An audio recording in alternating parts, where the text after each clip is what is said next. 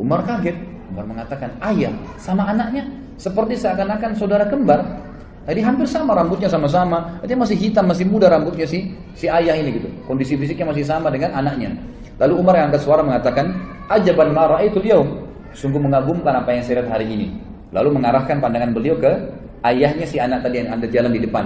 Lalu ayahnya mengatakan, wahai Amir Mukminin, kalau Anda mendengar kisah anak saya ini, dia lahir dari rahim ibunya, sementara ibunya di kuburan, Anda lebih kaget. Kata Umar, anak ini lahir di kuburan dari ibunya yang sudah mati? Kata ayahnya, iya Amir Mukminin. Begini ceritanya. Umar bilang, ceritakan saya rahimakallah. Semoga Allah merahmatimu. Dia bilang, begini cerita Amir Mukminin. Saya, waktu ibunya anak ini masih hidup di Madinah, masyarakat Madinah, orang-orang dari Ansar ini. Dia bilang, saya, waktu ibunya masih hidup anak ini, sempat, waktu hamil pertama, anaknya cuma 1. Lagi hamil 3 bulan, ya. Saya kemudian punya hajat, ingin keluar dari kota Madinah, ingin pergi. Dan zaman dulu orang kalau mengadakan perjalanan jemaah sekalian itu menganggap dirinya sudah bisa kembali, bisa enggak.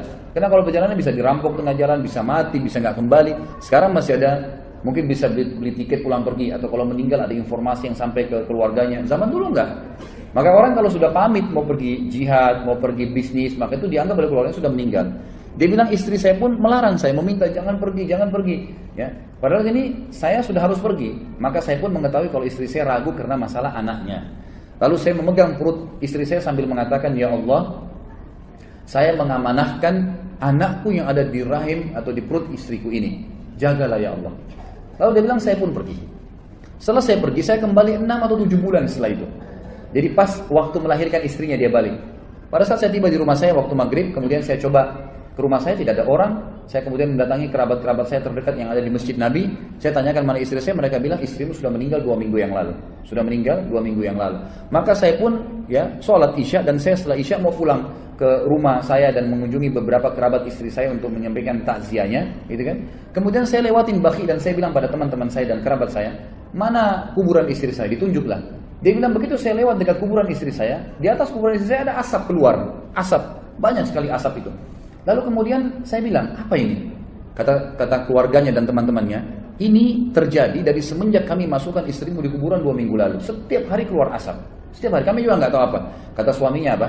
Demi Allah, saya tidak tahu dari istri saya ini kecuali kebaikan. Orangnya baik sekali, patuh pada suami, sholatnya terjaga, puasanya terjaga. Nggak mungkin ini keburukan, pasti Allah tunjukkan kebaikan. Dia bilang, lalu tergeraklah hati saya Amir Mukminin untuk menggali kuburan istri saya. Waktu saya gali, saya temukan anak saya ini berada di bawah rahim istri saya yang sudah mati.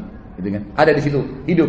Dan terdengar suara, dia bilang, saya tidak tahu dari mana yang berbunyi, wahai fulan, dipanggil namanya orang ini, wahai fulan, ambillah anakmu yang kau telah jadikan amanah di tangan Allah Subhanahu wa taala. Sampai Amir Mukminin menangis, Umar dan orang ini menangis sambil berkata, wahai Amir Mukminin, demi Allah, saya sangat yakin kalau seandainya waktu itu saya juga memegang pundak istri saya dan saya katakan, ya Allah, saya amanahkan istri saya. Saya pegang tembok rumah saya dan saya katakan, saya amanahkan tembok rumah ini, Amir Mukminin.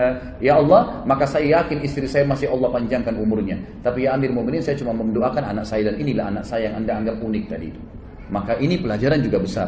Bagaimana kita bisa ambil bahwasanya orang melibatkan Allah Azza wa Jalla dalam segala kehidupannya, gitu kan? Nah, ini sangat bermanfaat. Selalu berdoa, ya Allah, saya mengamanahkan istri saya, anak saya, diri saya, harta saya, ilmu saya, apa yang saya miliki kepadamu ya Allah. Maka Allah SWT akan menjaganya dengan izin Allah Subhanahu wa taala.